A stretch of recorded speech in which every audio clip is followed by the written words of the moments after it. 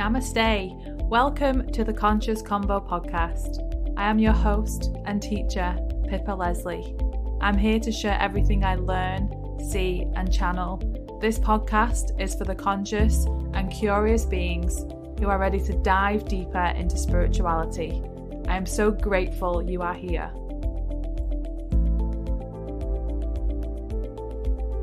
Hi guys, welcome back. So I think today's guest is probably going to be one of my favorites to talk to because Leah has had a huge impact on my life. She has been huge in my healing journey. She has guided me so much on my trauma journey, and I have to bring her on to speak to you all today. I know we've been trying to do this for a while, but I think it's all divine timing. So Leah Abraham is on with me today, and she is a childhood trauma expert. So I know a lot of you are going to take so much knowledge and wisdom from her today because she has so much of it. So I'm so excited to have you on, Leah. Pippa, thank you so much.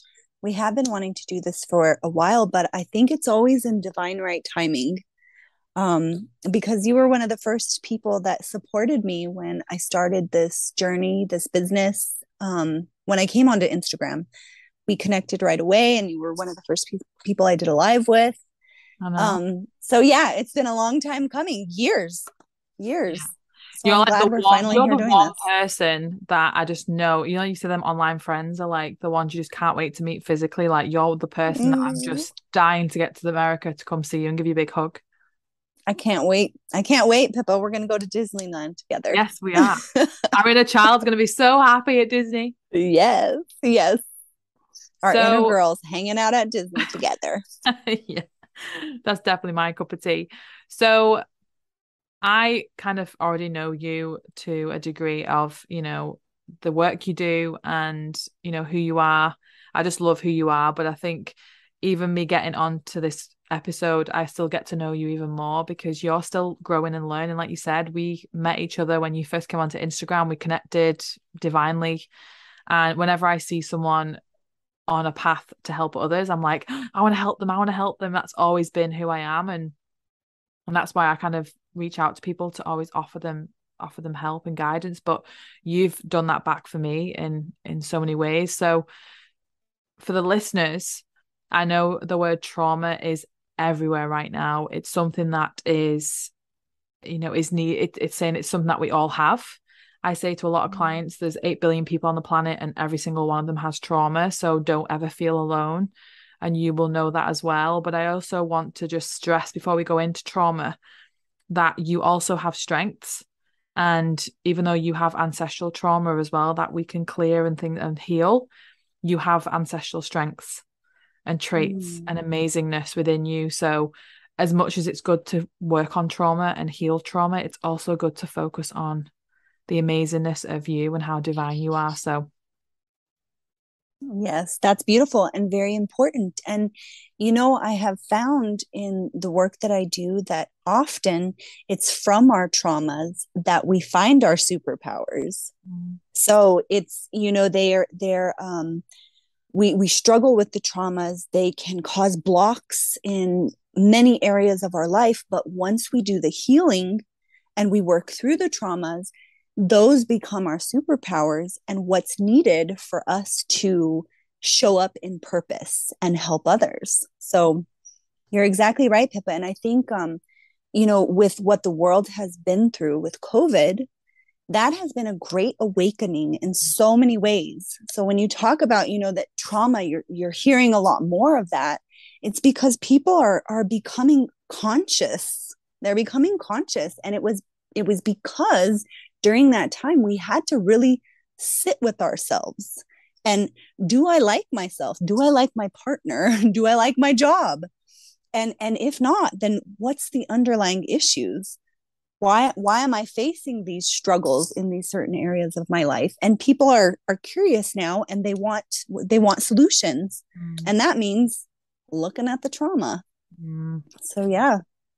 It's really, I say it's deep work, isn't it? It's really deep work, and it's lifelong, and one thing is that I've found with clients is that we're in this quick fix society, aren't we? We want the quick, everything's quick. But, trauma isn't something we can quickly discover things, and we can connect things, and we can connect dots and have clarity and aha moments. But when it comes to the healing journey, it's lifelong. But I think as well that actually makes me feel good, because it's a lifelong commitment, because I've committed to come to earth to have this temporary human experience. So with that comes a temporary trauma experience to allow myself to heal and be the best version of myself. And I'm still uncovering things, as we were just mentioned before we press record. I'm a new parent, and I've had a few triggers about being a parent, which I've worked through so gracefully. And I'm so proud of myself for that. And I know you're a parent, Leah, as well. So, mums out there, I think I'm kind of understanding now some of the frustrations we get as being a parent, and just how we navigate through it with love and grace. So I think I want to start off by asking you, Leah, is how did you get into trauma work was it through doing your own work, or was it just fascination of trauma? No, it was absolutely doing my own work. I want to just back up for a moment, Pippa, and speak to, you mentioned, 8 billion people on this planet. We all have trauma.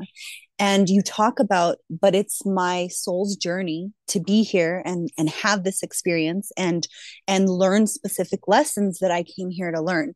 So it's very important to understand that we do all have that trauma, because that trauma teaches us separation.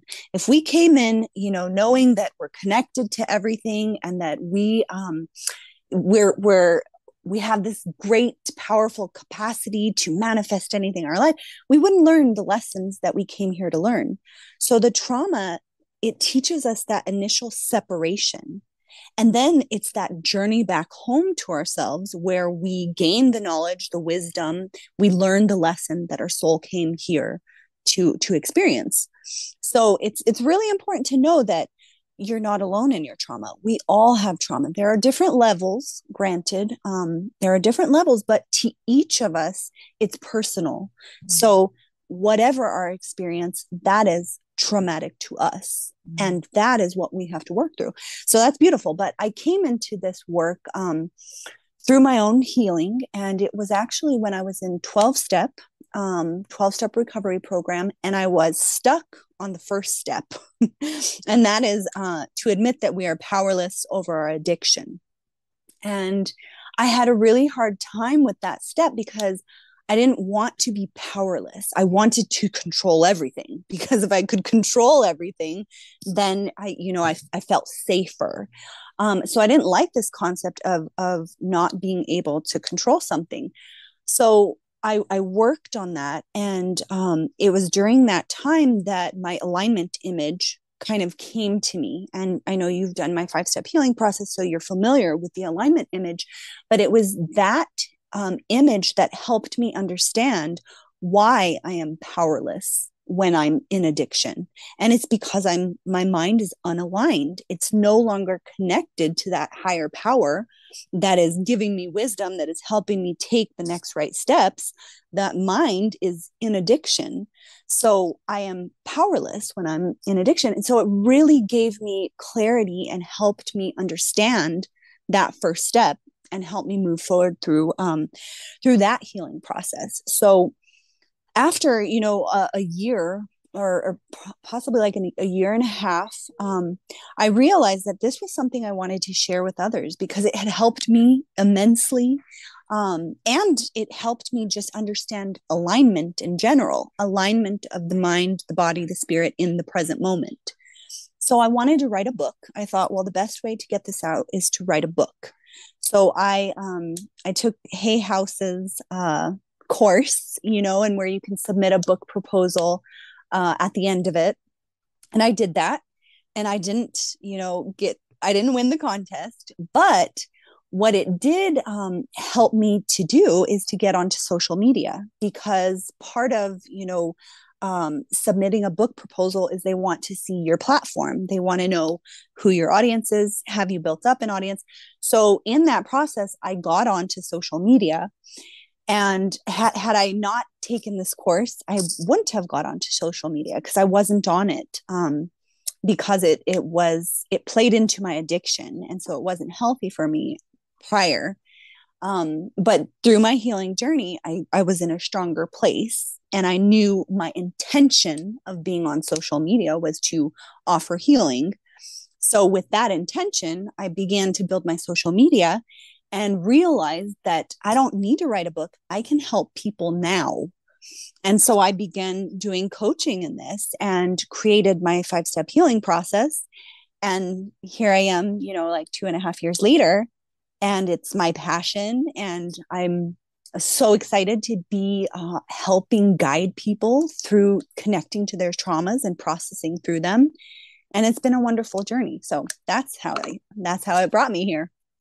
I love it. And the 5-step program changed my life. It really did. Like, I was so excited to jump on a call with you and get the next step. It was like, oh, it was just like, I loved it. And I think I'm the same with trauma. Like, when I have clients here to do hypnosis, we're speaking for a couple of hours about their life story. And it's a gift, isn't it? Like, I can connect the trauma so easily, and I help them to see it in a different perspective. And they're like, I've never seen it that way. I've never connected it that way. Or it could be anything, about them, like, they've constantly repeatedly dated their dad who was abusive or whatever. I've naturally, like you, Leah, like, you've gained trauma knowledge from doing your own work and then immersing yourself in, books and courses and whatever. But for me, I just think it is a gift. Like, I say to people, I love trauma, but like, in a sense of, I am obsessed with it because I just know it's the root of everything. It's where we go from here to here, from dark to light. And to know that, Yes. you are not your trauma. You aren't your trauma. It's just a thing that needs to be released and understood and forgiven and loved and and I think, for me, I felt a lot of, and this, as you know me quite personally, is that I thought all of my trauma wasn't good enough. It wasn't big enough. I compared it to everybody. I compared it to friends, to people, clients I'd met. And I just pushed my trauma down for many years to think it was not worthy of, it wasn't even trauma, it was just life. And actually, as I got older, and then I started to realize this is holding me back in different ways. And, hiring you to help me through it, and then reading books and just immersing myself in other things, it's naturally come to me. It's naturally been a gift that I've been able to help people with. And I'm the same as you. I love it. It's just something that gives me a lot of passion to help people through. Yes, Pippa. I mean, that's why we connected. I think we shared that same energy. I will say that I think we're in a time where a lot of people are awakening to their healing abilities and to wanting to guide others into healing. And that's what's needed, so needed on the planet right now, because there is so much trauma and to very deep degrees, where we don't need that much separation, And so I think there's a big calling for people that are meant to help guide others into their healing. So it is the root, because those first 7 years of our lives, whatever experiences we have, whatever our environment was like, that is where our core beliefs were structured. So what we think about ourselves, what we think about the world, and how we see ourselves in the world. So there's so much that comes from that first 7 years. And so if that environment was traumatic, or if we went through very traumatic experiences, that is where everything grows from. Everything grows from those roots, from those core beliefs. So, the good grows, but also the drama, the chaos grows from there. So it's important to follow that back down to the root, and then to work to heal that root. So yeah, that's very important, that our struggles that we face now as adults will always tie back to the traumas we experienced as children. Two things have just come up. There's one thing that's come up as a message for me, I think, and the other one's a question.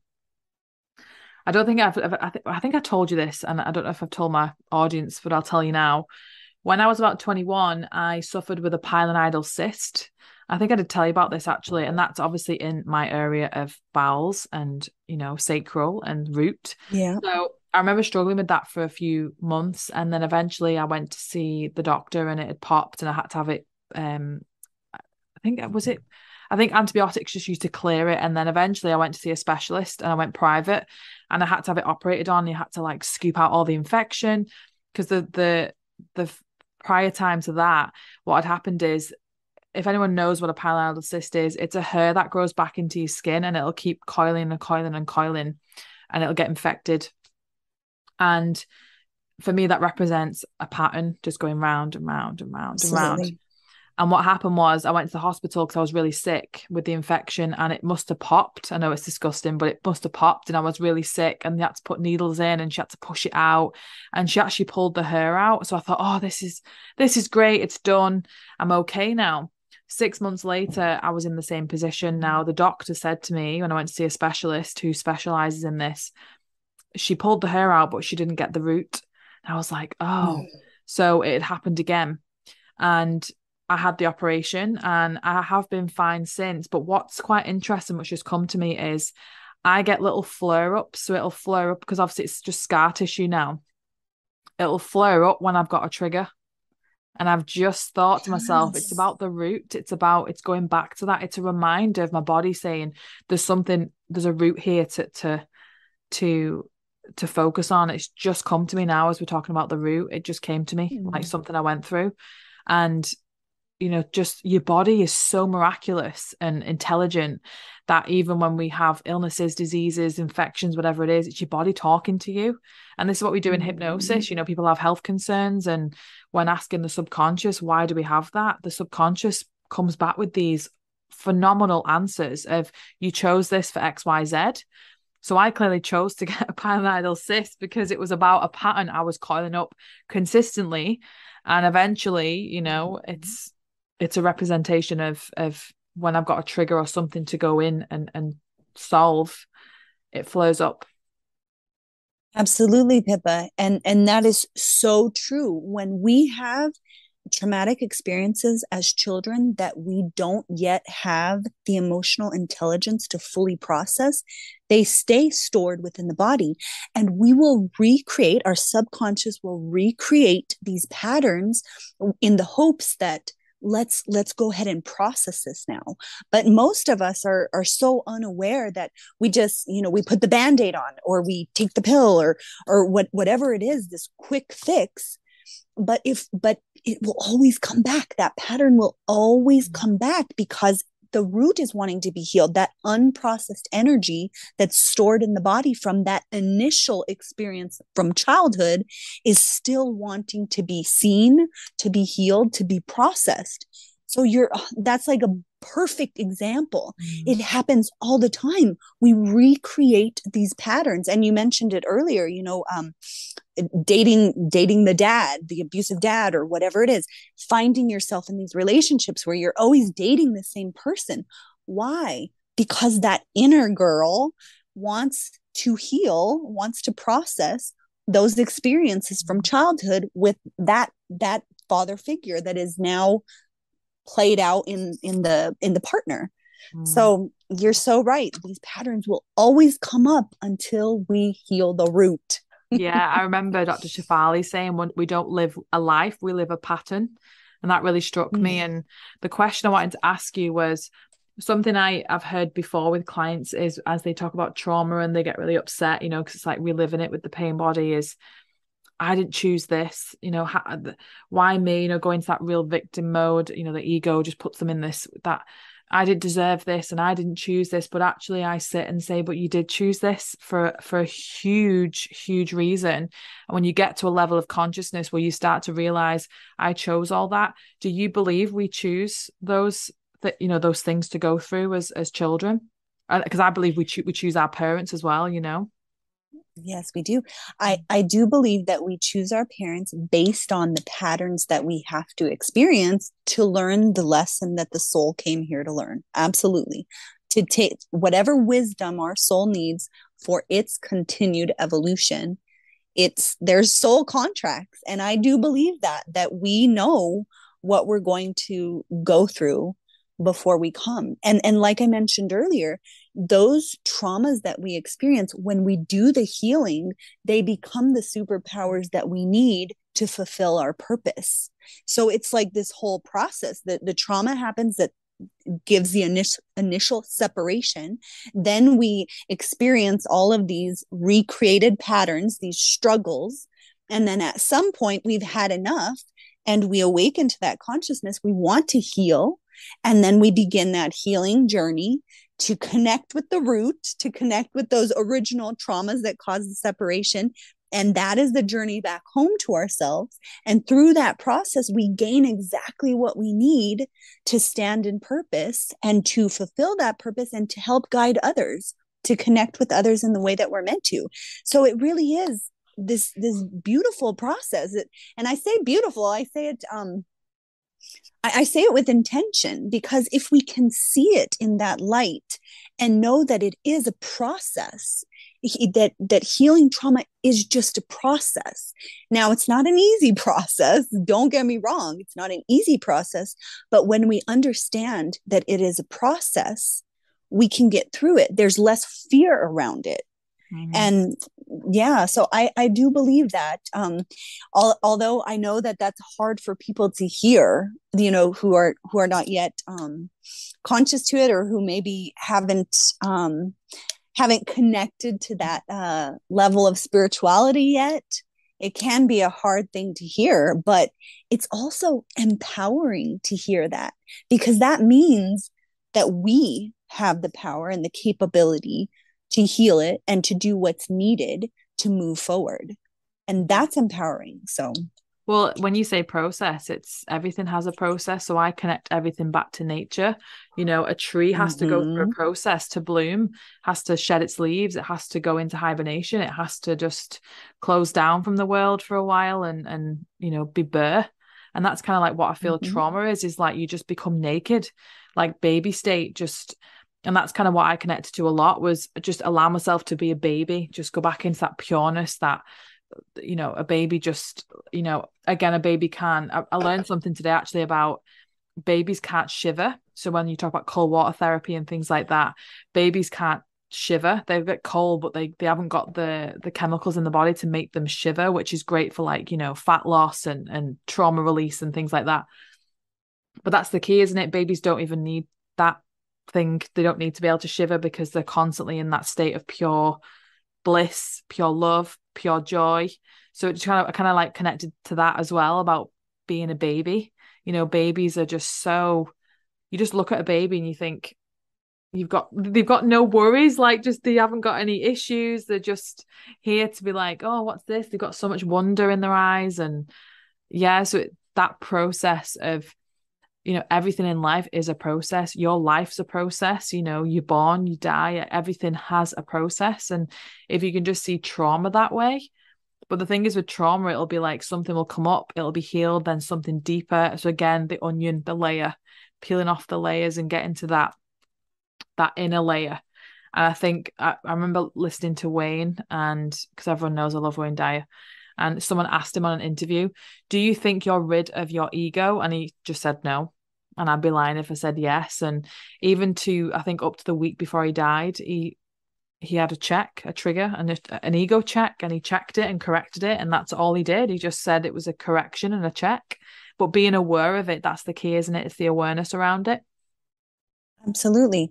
We're human. So being human means that we're subject to the human experience. And part of that experience is the ego. And that's a part of us.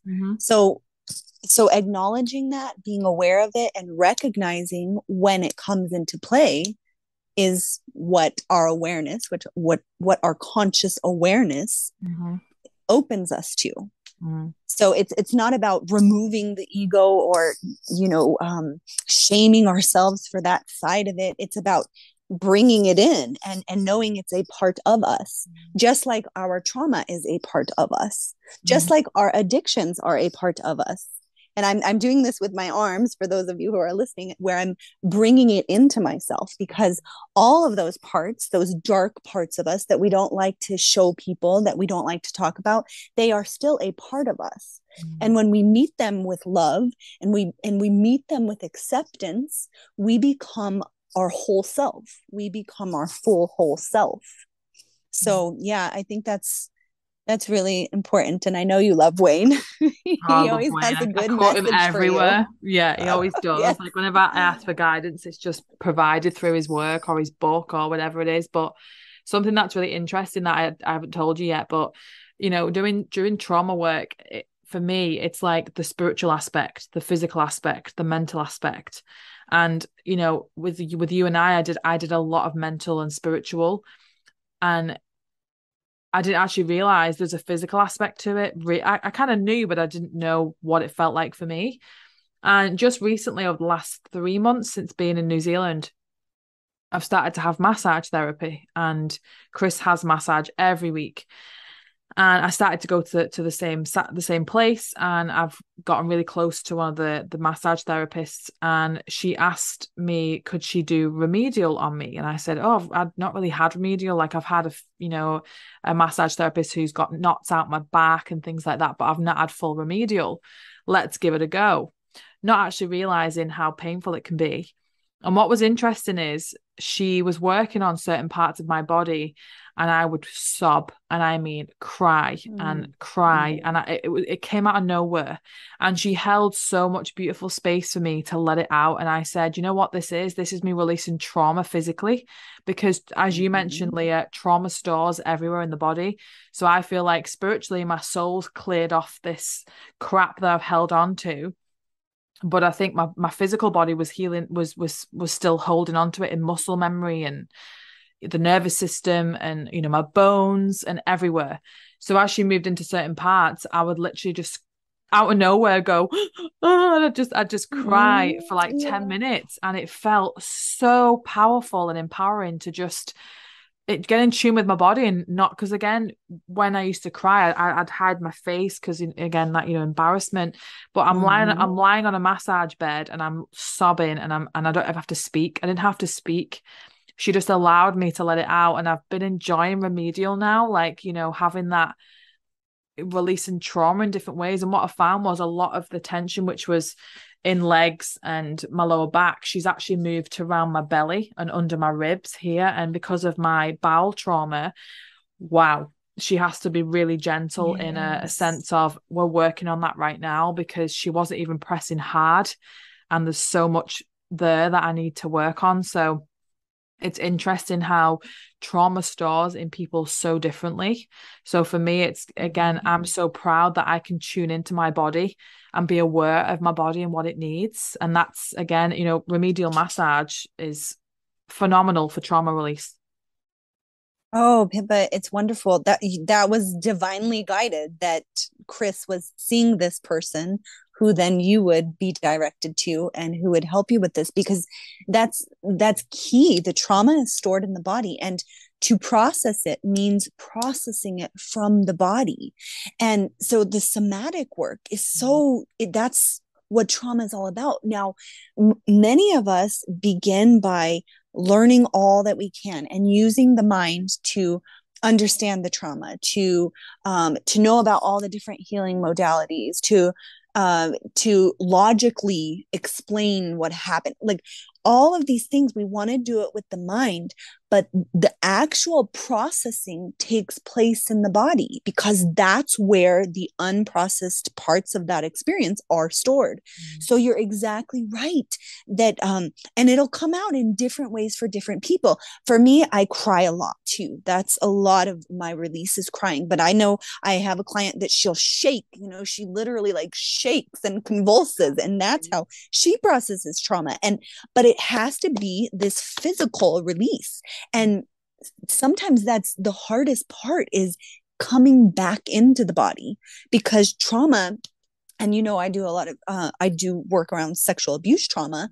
So that type of trauma, we learn very quickly the body is not a safe place to be. So we've disconnected from the body and have lived that way for most of our lives. So when we do choose healing and we begin to reconnect with the body, it can bring up a lot. Sometimes it can be scary. Sometimes it can be wonderful. I'm taking a dance class now, and I love that so much, but it allows me to be in my body. And this type of massage where someone is, touching your body and allowing you to feel that in your body and then allow your body to respond to that touch. It's so powerful. And you're exactly right. It's so needed because we have the three parts, the mind, the body, the spirit, and they all need that healing. And we do it in different levels. We do it in different modalities, but ultimately it's processing from the body. So that's key. It is. And I think, like you mentioned about the somatic stuff, is the breath work and then the cold water therapy and things like that. For me, I'm just on a discovery of life. I've always said this, I'm here to discover everything that life has to offer. And I think if we can get into that curiosity and just, try everything. My motto for life is try everything. And, things that light you up, things that you're just drawn to, just do it all. It comes into you life for a reason. And for me, with the breath work, the cold water therapy, it's like they're things I've tried, but I think I want to do them more, especially now I'm listening to a lot of health podcasts and things like that with, foods I'm eating, comfort food because of trauma, things like that. I know we got into that whole the reward system for me, because I literally had a reward system for going to the toilet, because when I was a child, that was something that the doctor, which was great, it was such a good behavioral thing to do, is programmed in me, when I've done a good job or I've done something good, go reward myself, which get that a could treat. be, Yes. yeah, that could be anything, a bottle of wine, I don't really drink much anymore, but it could have been like a bottle of wine, a chocolate bar, a meal out, a dessert, whatever it is.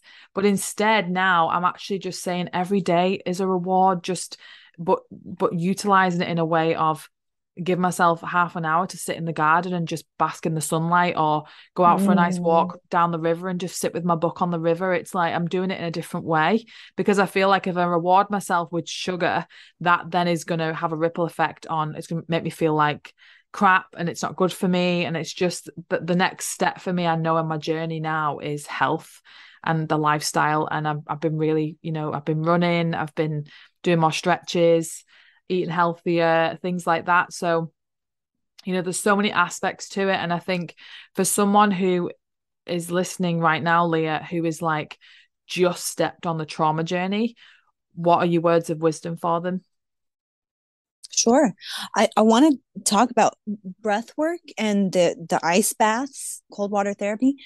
Those are so important, Pippa, because they force the mind's attention into the present moment. Because if you think about our breath, it is something that we can only take in this moment. We can't, think about a deep breath that we took yesterday and receive the oxygen that our body needs. We can't schedule in a breathwork session for next week and have that fulfill the needs of the body. It's always in this present moment. So bringing the mind's focused attention to the breath allows us to connect with something that's happening physically in our body in this present moment. Ice baths, when your system is shocked like that, your mind is forced to pay attention to what's happening in the body. So your mind's focused attention is drawn to the present moment. I also say that about childbirth. We can't think about anything else when the pain in the body is so prevalent that it commands the attention of the mind, keeping it in the present moment. And that's why those things are so powerful, because it's the mind that moves away from the present moment, that lives in addiction, that lives in the past, that has anxiety of the future. But when we keep the mind where we are in the present moment, it's connected to the body. And so that's why those practices are so powerful. So I'm glad you're going to explore them more.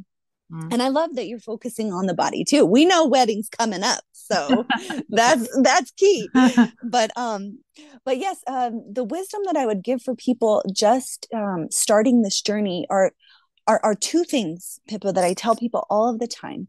The first thing is, this doesn't have to be something that you're afraid of, because often we think that doing trauma work is going to take us back into the trauma. And to some extent it does. But remember that everything we're doing in regards to processing the trauma of the past is happening in the present. So we are allowing things that happened in the past to come through into our present moment. We are not going back there. So when we decide to make this journey of healing, connecting to our trauma and beginning to process it, we are not reliving our trauma. We are not reliving it. So a lot of people get afraid of that because our trauma is the worst thing that ever happened to us. Why would we want to go back and connect with that? But it's not that we're going back there. We've already endured the trauma. We endured that trauma as children. So we can most definitely endure healing as adults when we're making this conscious choice to take that journey, to allow the things to come into our present moment for processing. So it's very important for people to understand that we've already lived through that trauma. We have survived. We're adults now. So to consciously choose to make that journey now, it's completely different. It's completely different. And we have everything we need within us to do it. We have the strength within us to do that. The other thing I'll tell people is that you are strong enough. I said that, and that's important. But also knowing that this is going to connect you to parts of yourself that you haven't seen in a long time. This is going to connect you back to your inner child. It's going to connect you back to your inner girl, your inner boy. Those parts of us that are fun and creative and curious and like to make friends with other people and are funny, and think outside of the box. It's going to connect us back to all of those amazing parts of us that we came in with and that we got conditioned and traumatized away from. So it's exciting to reconnect to those parts of us.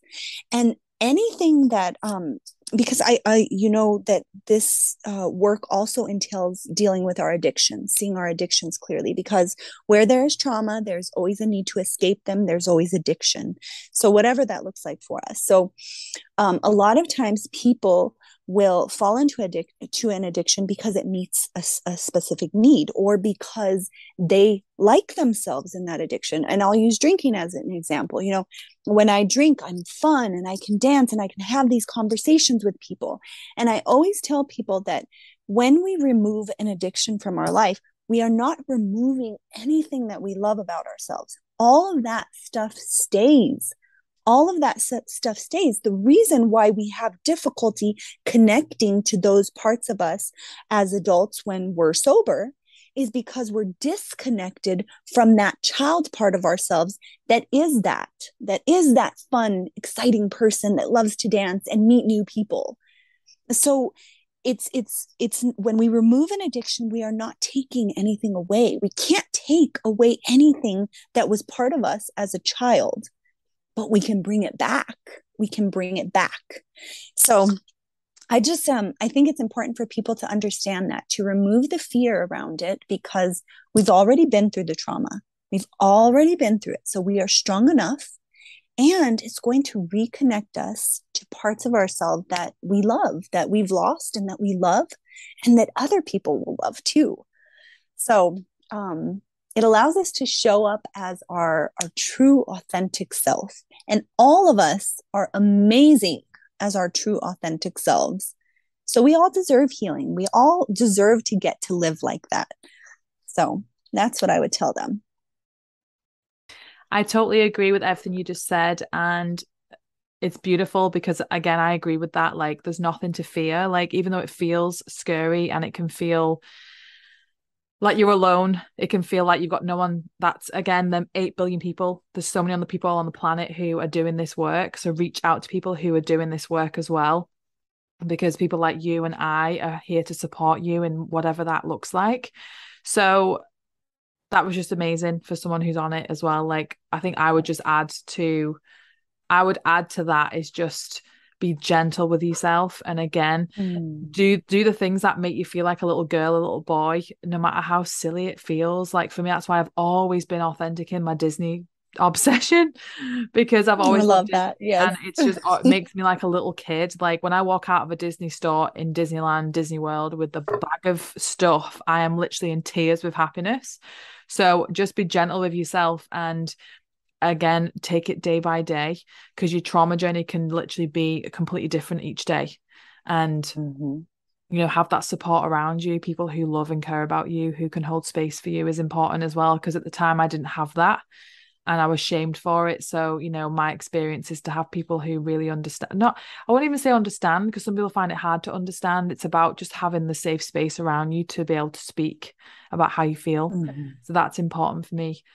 The last three questions I want to ask you, Leah, because I'd love to talk to you for hours about this topic, and maybe we'll do a part two because I know there's a lot to cover with trauma. It's such a deep topic. So Yeah. the first question is, Yeah. What you just said there, Pippa, the support. yeah, So important to have support when you begin this journey. And there are a lot of wonderful communities out there and more popping up now after COVID, and people needing yeah. these safe spaces to express their trauma. But yeah, so there's much more to discuss. I'd love to do a part two. Yes, definitely.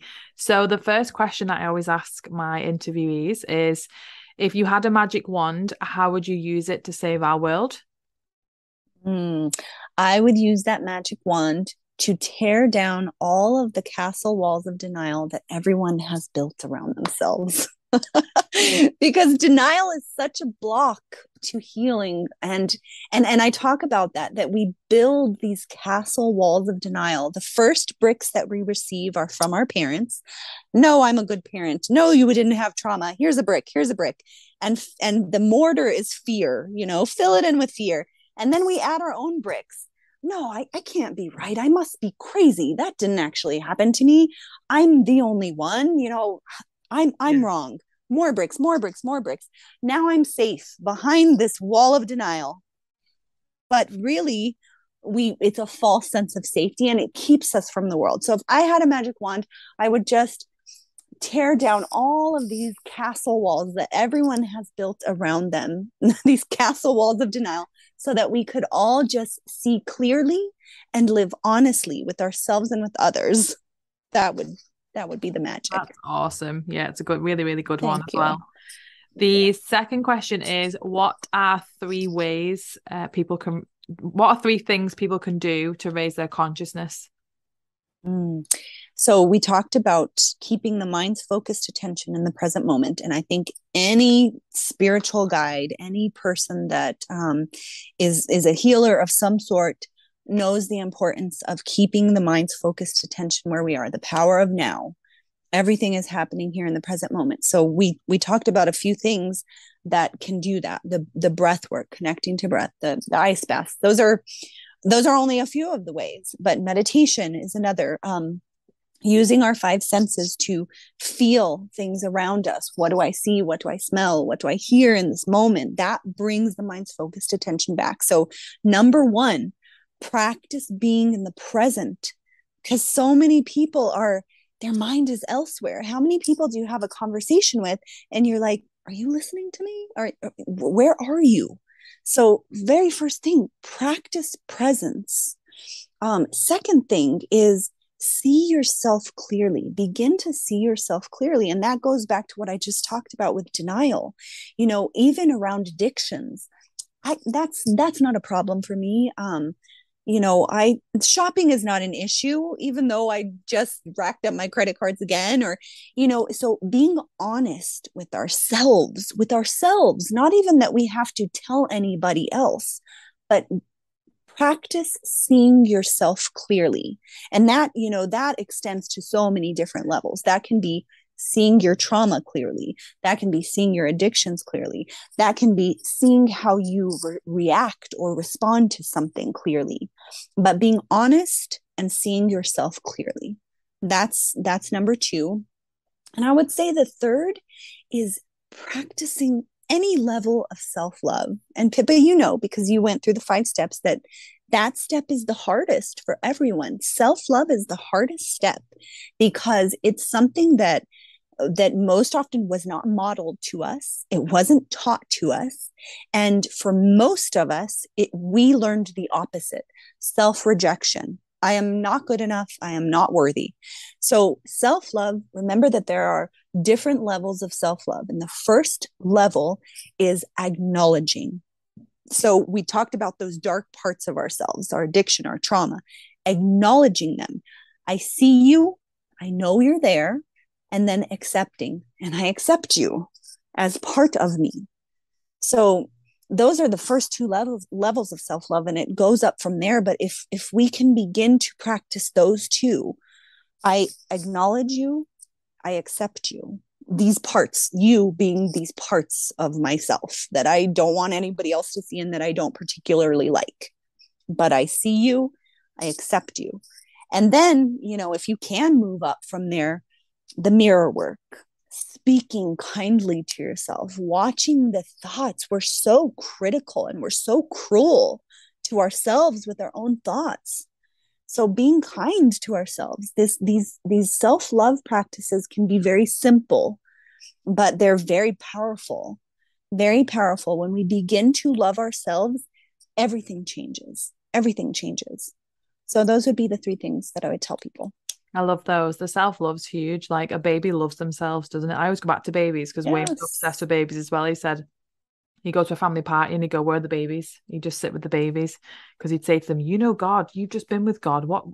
They're so pure. They're so connected. Pure and they love themselves. They're so aligned. I know. Absolutely. I love those. They're really important. And yeah, that's why I asked the question, because everyone has different, answers. So the third question, which was a surprise for you, is if you had the whole world at your attention right now, what would you say to them?